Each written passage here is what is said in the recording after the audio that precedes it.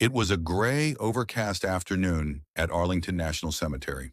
The folded flag resting atop the casket flapped lightly in the wind.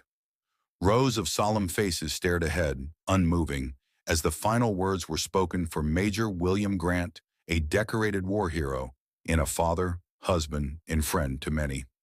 Standing by the head of the casket was his closest comrade, General Thomas Hale, known for his quiet strength and unwavering discipline. Hale stood tall in full uniform, his gloved hands clasped behind his back. His face was unreadable, but his eyes held the weight of countless battles, not just from war, but from life. Behind him, mourners whispered prayers, a brass trumpet cried taps into the wind, and a single tear rolled down the cheek of the widow, Eleanor Grant. Just as the rifle volley was about to begin, a sharp voice cut through the silence. "Step back." Now everyone turned. Near the perimeter, a young cop officer, Darren Mills, had broken from his post. His hand hovered near his holster, eyes locked on General Hale. "You need to move away from the casket, right now." The command was jarring. Confused murmurs spread through the crowd. Hale slowly turned. "Excuse me," I said. "Move. Final warning." And then, the moment that froze time, Mills drew his weapon. Gasps echoed across the cemetery. People ducked. Eleanor screamed. Soldiers instinctively reached for non-existent sidearms. Hale, however, didn't flinch. He just stared at the young officer, his voice low but razor-sharp. "Put the gun down, son. You're not supposed to be here," Mills snapped. "You're impersonating an officer." A hush fell. The absurdity hung in the air like a bad smell. Then a voice rang out from the crowd, sharp and commanding. "Stand down, Officer Mills." It was Captain Ruiz, Mills's superior. He rushed forward, fury in his stride. But Mills didn't budge. His hands trembled, but the gun remained pointed.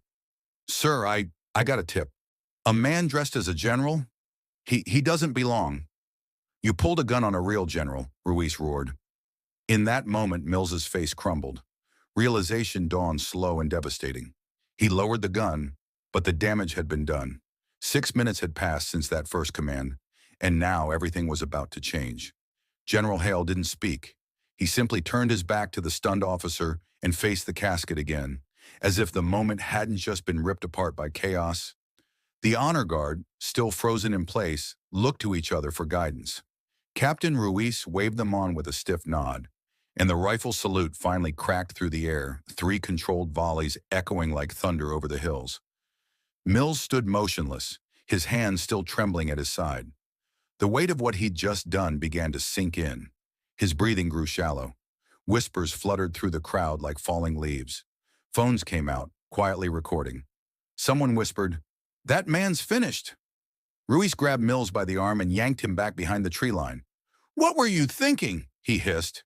"You embarrassed this department, you endangered lives, and you pointed a weapon at a decorated general in front of hundreds of witnesses." Mills stammered, "Sir, I got a call on dispatch. It said someone was impersonating military command." "That was a scam tip," Ruiz cut in. "You didn't verify, you didn't observe, you didn't do your job. You went rogue. Do you realize what that general has done for this country?" Mills lowered his head. He felt hollow. Back near the gravesite, Hale stood quietly with Eleanor Grant, placing the neatly folded flag in her arms. She whispered something to him. He gave a small nod and turned to walk away. The funeral was over, but the moment was seared into every mind present. As Hale made his way to his car, an aide whispered, "Sir, should we press charges?" Hale paused, then looked back toward Mills, who was being restrained by another officer and led away. Cameras followed him, his reputation, his career all unraveling in real time. "No," Hale said calmly. "Let the truth be his punishment. It'll follow him further than any sentence." But the Army wasn't done. Within the hour, a formal complaint was filed, not just from Hale, but from the Department of Defense. The incident was deemed a threat to military-civilian respect and protocol. The footage had already gone viral, and the backlash was growing by the second. Officer Mills didn't go home that night. He was suspended without pay, under investigation, and by morning his name was plastered across every headline in the country. And General Hale hadn't even said a word publicly. Yet, by sunrise, the nation was watching. News anchors dissected every second of the 6-minute encounter. Talk shows debated whether the young officer was reckless, racist, or just poorly trained. Social media had already made up its mind. Justice for Hale was trending. In a small office inside the D.C. precinct, Officer Darren Mills sat alone, stripped of his badge and gun. His uniform felt heavier than ever. Every hour brought a new headline, a new shame. He scrolled through comments, disrespectful punk. Should be fired on the spot, pointed a gun at a hero. Disgrace. He wanted to explain, not to excuse, but to make someone understand. He was a rookie. He'd panicked.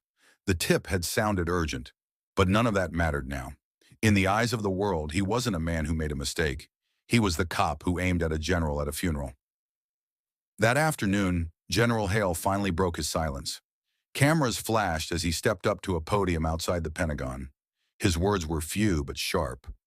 What happened at Arlington was more than a misunderstanding. It was a symptom of something deeper, a lack of discipline, of awareness, of respect. We bury heroes and we expect silence, not fear. I will not pursue criminal charges, but I demand accountability not for me, but for every soldier who watches their flag lowered with honor. The statement went viral instantly. Calm, dignified, devastating. The mayor issued a public apology. The chief of police released a statement promising a thorough internal review. But the public didn't want words. They wanted action. 3 days later, Mills was called into the station. He expected more suspension, maybe mandatory training, but Ruiz looked him in the eye and said quietly, "You're being terminated, Darren." Mills nodded slowly. No arguments, no anger, just silence. As he packed up his locker, Ruiz hesitated.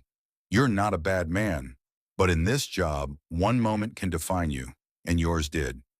Outside the station, reporters waited like vultures. Mills kept his head down and pushed through. Cameras followed, microphones jabbed. "Do you regret what you did? Do you think you're a racist? Have you apologized to the general?" He didn't answer. Not yet. Because deep down, Mills knew there was one conversation left, one he couldn't avoid, one he needed more than anything. He had to face General Hale, man to man. 3 weeks later, Darren Mills stood outside a quiet military academy in Virginia. No cameras, no reporters, just the low hum of wind against the flagpoles. He gripped a small envelope in his hand, fingers pale from tension. Inside was a letter handwritten, not typed, meant for one man. The security officer at the gate looked him over. "You sure you want to go in there?" Mills nodded. "I don't expect anything. I just need to try." He was escorted through the halls and led to a quiet office near the back. Sitting inside, surrounded by medals and maps, was General Thomas Hale. He looked up, unfazed. Mills stepped in and shut the door behind him. "Sir, I know I have no right, but I came to apologize." Hale studied him for a long moment. "Why now?" "Because silence doesn't undo what I did. I disrespected a sacred moment. Disrespected you. I let fear and poor judgment take over. That's not the man I thought I was. And definitely not the one I want to be." He held out the letter. Hale didn't take it right away. "I watched the footage again," the general said slowly. "Your hands were shaking. You weren't trying to be cruel, but fear without thought is still dangerous, especially in a uniform." Mills nodded. "I lost everything, but I deserved to. I just needed you to hear it from me. No cameras, no press, just man to man."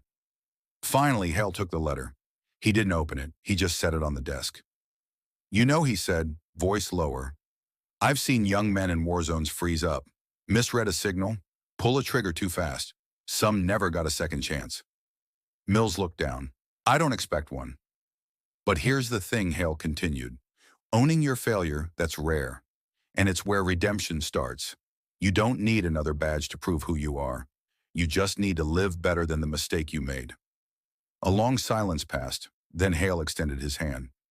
Mills stared at it in disbelief before slowly shaking it. Outside, the sun broke through the clouds for the first time in days. Darren Mills didn't walk away redeemed, not fully, but he walked away accountable, and that was the first step toward healing. And General Hale? He returned to his duties, unchanged by the noise but quietly proud that even in disgrace, a man could still choose honor.